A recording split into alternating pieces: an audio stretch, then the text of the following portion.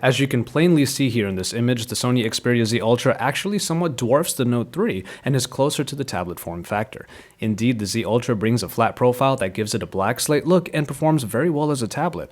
Covered almost completely of glass, the Sony phone comes with the signature Xperia silver power button and is a very thin device. Handling the Z Ultra is a lot easier than its size may make it look, as the thinness and rigid sides make it pretty easy to position. This is far from a one-hand device, however, as the form factor lends itself to mostly landscape usage. Compare that to the Galaxy Note 3. That is a little smaller but still warrants two-hand operation. This is primarily due to the inclusion of the S Pen, which is definitely the Note's trump card. The Galaxy Note 3 comes with a couple great design choices of its own, as Samsung did away with the glossy plastic that many of its products employ, and this time comes with a textured plastic that looks and feels a lot better. It isn't as thin as the Ultra, and has a more rounded look, but its angles are a little more decisive this time around. While landscape usage is definitely in its way, you'll primarily be using the Note 3 in portrait with the S Pen. It's in the screens that both of these phones get their larger sizes. The Note 3 has gotten a 0.2-inch increase from its predecessor due to slimmer bezels. Its Super AMOLED display is a lot like the Galaxy S4 screen that brought great saturation in colors, only bigger. It's a great screen that continues Samsung's display tradition. The same 1080p resolution is somewhat blown up on the Z Ultra, which sports a 6.5-inch triluminous display backed by the X Reality engine. It handles the darker tones of Xperia's Timescape UI very well. When it comes to media, you get a great experience either way. Even if the Z Ultra doesn't make the colors pop out as much as the Note 3 screen, it still feels like a small Sony TV in practice.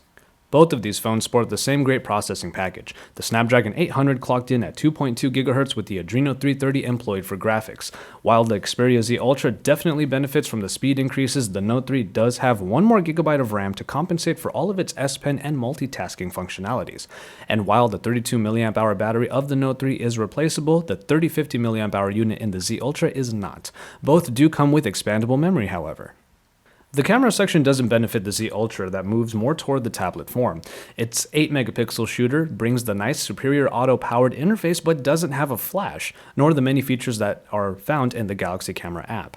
The 13-megapixel shooter on the Note 3 is capable of a ton of different creative photography modes and should sport the same great quality as the shooter in the Galaxy S4. Finally, in software, it's another instance of the typical dichotomy, the super robust and feature-packed TouchWiz up against a more simplistic and classical competitor.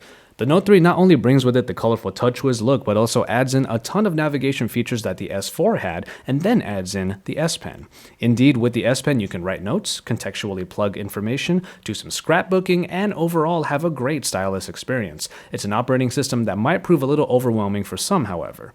Contrast this with the Xperia's Timescape, the user interface that keeps everything simpler with a somewhat stock-looking UI. Sony's additions of small apps and even its own apps like the Walkman bolster what is pretty much a classical experience. And so, there you have it. 2 of the biggest players in the game, and while one might focus on a kind of personal assistant experience, the other is definitely one of the best big screens available for media. Your personal style might end up dictating which one you get, but both sport their larger sizes supremely.